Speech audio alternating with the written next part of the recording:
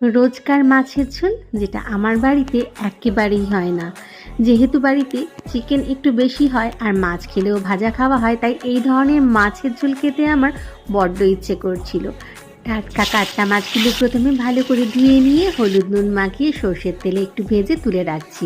তারপর ওই তেলেই গোটা সাদা জিরে ফোড়ন দিয়ে লম্বা করে কাটা আলুটাও একটুখানি ভেজে নিয়ে একটা মশলা বানিয়ে নিচ্ছি, যেখানে পেঁয়াজ, আদা, রসুন, টমেটো, কাঁচা লঙ্কা সব কিছু ভালো করে পেস্ট করে নিয়েছি।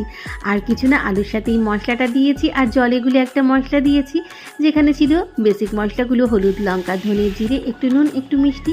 মশলাটা ভালো করে কষে নিয়ে গরম জল দিয়ে ভেজে রাখা মাছগুলো ছেড়ে দিয়ে 10 মিনিট গ্যাসের ফ্লেমটা লোতে করে ঢেকে দিয়েছিলাম। তারপর ঢাকনা খুলে নিয়ে ধনেপাতা কুচি ছড়িয়ে গরম গরম ধোঁয়া ওঠা সাদা ভাতের সাথে পরিবেশন করুন এই দারুণ স্বাদের মাছের ঝোল। খেতে কিন্তু অতুলনীয় হয়েছিল। যদি কখনো এইভাবে না বানিয়ে থাকেন, তাহলে অবশ্যই একবার বানিয়ে ফেলুন।